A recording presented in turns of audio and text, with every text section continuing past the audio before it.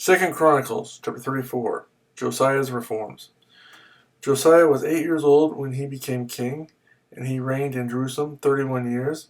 He did what was right in the eyes of the Lord, and walked in the ways of his father David, not turning aside to the right or to the left. In the 8th year of his reign, while he was still young, he began to seek the God of his father David. In his 12th year, he began to purge Judah and Jerusalem of high places, Asherah poles, carved idols, and cast images. Under his direction, the altars of the Baals were torn down. He cut to pieces the incense altars that were above them, and smashed the Asherah poles, the idols, and the images. These he broke to pieces and scattered over the graves of those who had sacrificed to them. He burned the bones of the priests on their altars, and so he purged Judah and Jerusalem. In the towns of Manasseh, Ephraim, and Simeon, as far as Naphtali, and in the ruins around them, he tore down the altars and the Asherah poles, and crushed the idols to powder, and cut to pieces all the incense altars throughout Israel. Then he went back to Jerusalem.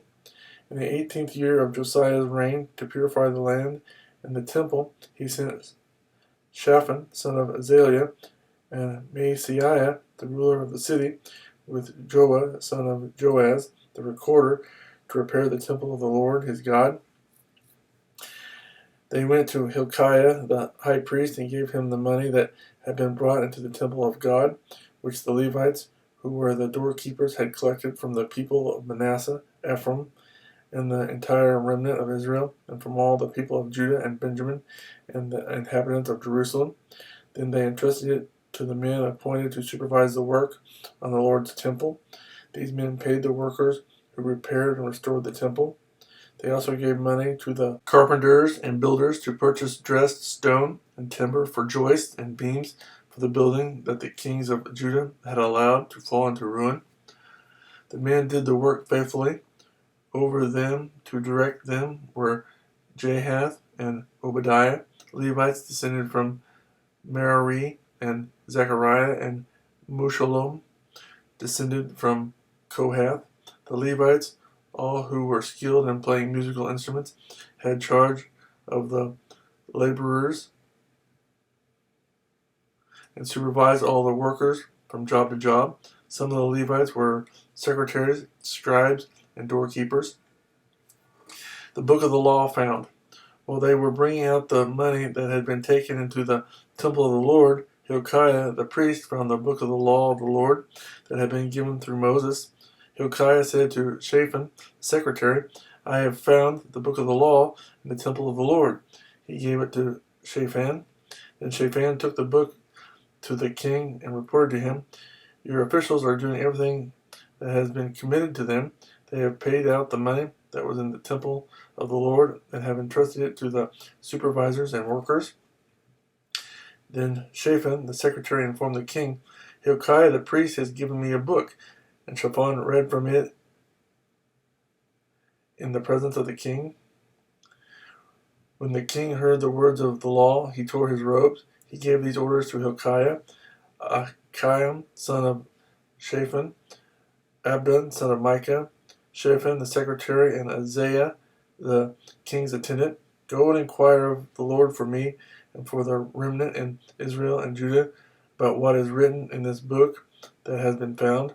Great is the Lord's anger that is poured out on us, because our fathers have not kept the word of the Lord.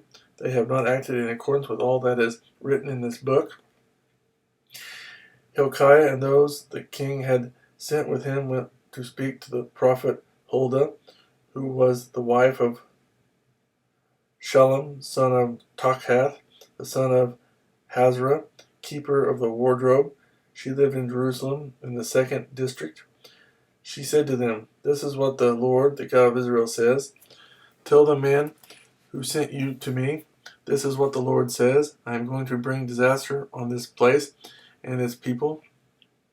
All the curses written in the book that has been read in the presence of the king of Judah, because they have forsaken me and burnt incense to other gods and provoked me to anger by all that their hands have made. My anger will be poured out on this place and will not be quenched.